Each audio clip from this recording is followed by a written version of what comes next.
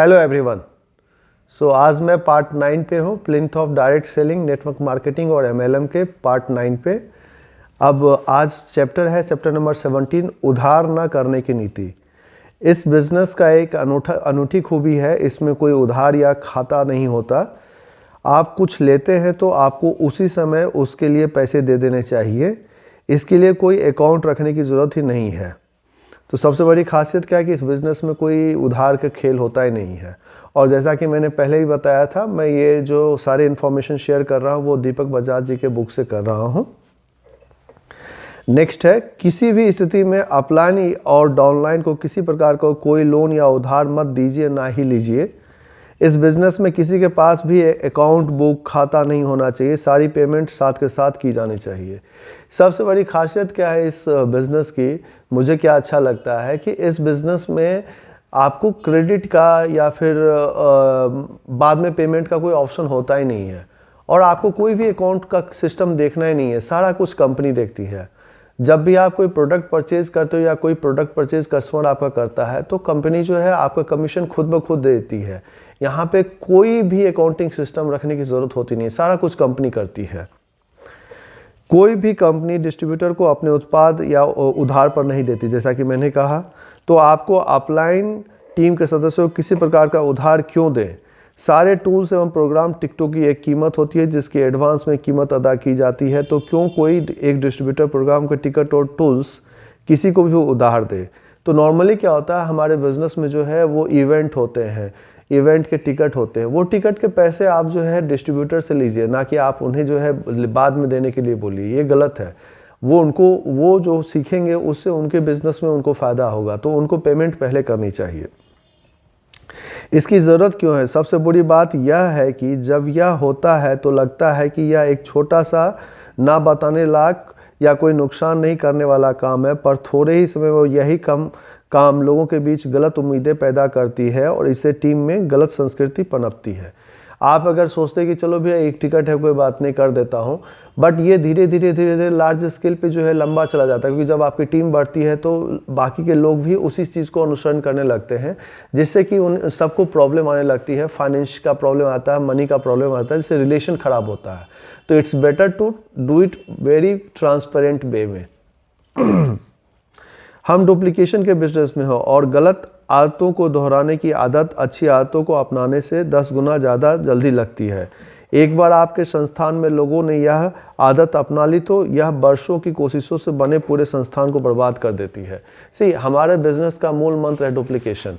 और डुप्लीकेशन का मतलब है कि हम वही सारी चीज़ करें जो डुप्लीकेट करना आसान हो और गंदी भी नहीं हो।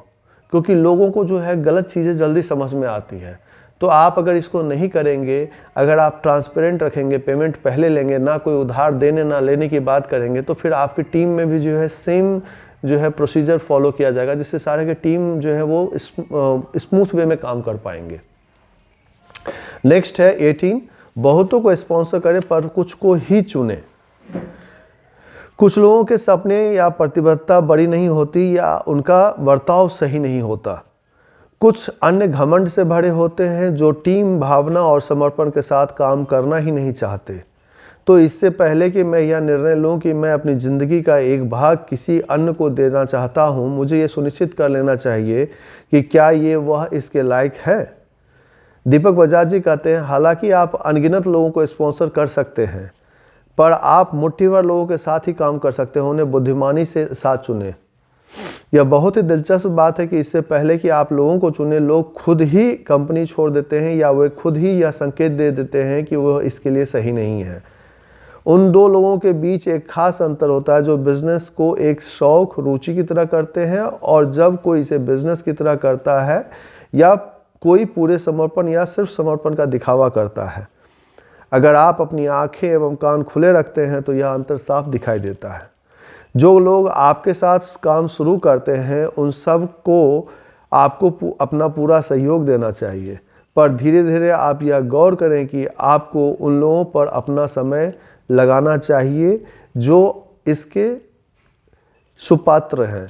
यहाँ कुछ ऐसे संकेत दिए गए हैं जिससे यह पता लगाया जा सकता है। उनके कुछ सपने होने चाहिए, उन सपनों को पूरा करने के लिए वो प्रतिबद्ध होने चाहिए। वह सीखने के लिए तैयार रहें और टीम के सिस्टम को फॉलो करते रहें।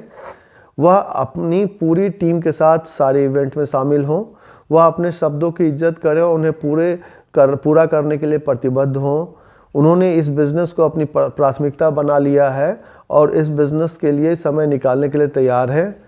वह अस्वीकृति एवं उपहास के बावजूद अपने सपने के लिए काम करना जारी रखते हैं। अपने सिस्टम एवं अपने अपलाइन के प्रति 100% समर्पण रखते हैं। अपनी टीम एवं अपलाइन के साथ अच्छे रिश्ते रखते हैं।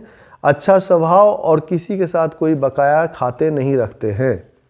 दीपक बजाज जी कहते हैं, गलत आदमी के साथ काम करना समय खर्च करना है और सही लोगों के साथ काम करना उस समय का वहाँ निवेश करना है जहां आने वाले सालों एवं दशकों तक सबसे अच्छे रिटर्न मिलेंगे।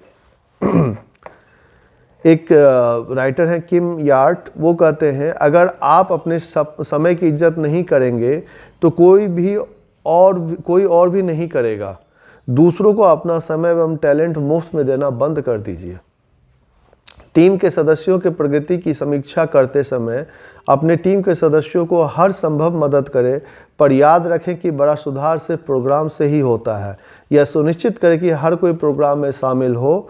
नेटवर्क मार्केटिंग और डायरेक्ट सेलिंग और MLM इवेंट बहुत ही प्रभावी है। वह विश्वास एवं आत्मविश्वास दोनों बढ़ाता है। हर सफल लीडर की ज़िंदगी में एक ऐसा प्रोग्राम होता है जिससे हमेशा के लिए उसकी चीज़ें बदल जाती है।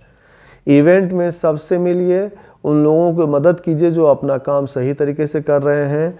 सभी को प्रोत्साहित कीजिए, पर अपना निजी ध्यान उन्हें दीजिए जो अपने काम को प्रतिबद्धता से सही देते हैं, सही समय देते हैं। जब आप खुद कुछ चुने हुए लीडरों के साथ काम करते हैं तो नए लीडरों की खोज में अपने कान और नाक खुले रखें और आंखें खुले रखें। आप जितने लीडरों को खुद से सिखाएंगे, आपका संस्थान उतना ही बेहतर बनेगा। एक साथ कई लीडरों के साथ काम कीजिए, पर अपना समय विवेकपूर्ण तरीके से बांटिए। आप जब भी सही लोगों को खोज में हैं तो याद रखें कि आप एक चुंबक हैं। अच्छे लोग सिर्फ अच्छे लोगों की ओर ही आकर्षित होते हैं। इसलिए अपनी निजी बढ़त के लिए लगातार काम करते रहिए और अच्छे से सर्वोत्तम बन जाइए। अच्छे लीडर आपकी ओर खींचे चले आएंगे। चील की नज़र विकसित करें और खुद के लिए हीरा खोजें। इस यात्रा को आप अपनी पूरी ज़िंदगी में याद रखेंगे। दीपक बजाज जी कहते हैं, हम इस बिज़नेस में जो कुछ भी करते हैं वह उन गिने चुने लोगों तक ही पहुंचने के लिए करते हैं जो उनके जीवन और इस बिज़नेस को अच्छी जिम्मेदारी से उठा सके। सो ये इन्फॉर्मेशन था टोटल इसके दीपक बजाज जी के बुक से। अब इस जो है प्लिंथ ऑफ बिजनेस में 2 चैप्टर और बचते हैं जो मैं नेक्स्ट वीडियो में आपको बताऊंगा। आशा करता हूँ ये सारे इन्फॉर्मेशन जो है आपके लिए इन्फॉर्मेटिव रहा है। आपको अगर ये मेरा वीडियो पसंद आया है तो प्लीज़ लाइक करें और कमेंट भी करें अगर आपको कुछ कमेंट करना हो तो, और मेरे चैनल को सब्सक्राइब करें ताकि और भी नए नए वीडियो जो है वो आपको मिले और आप उससे जो है अपने कामों को और बेहतर कर पाएँ। Thank you very much.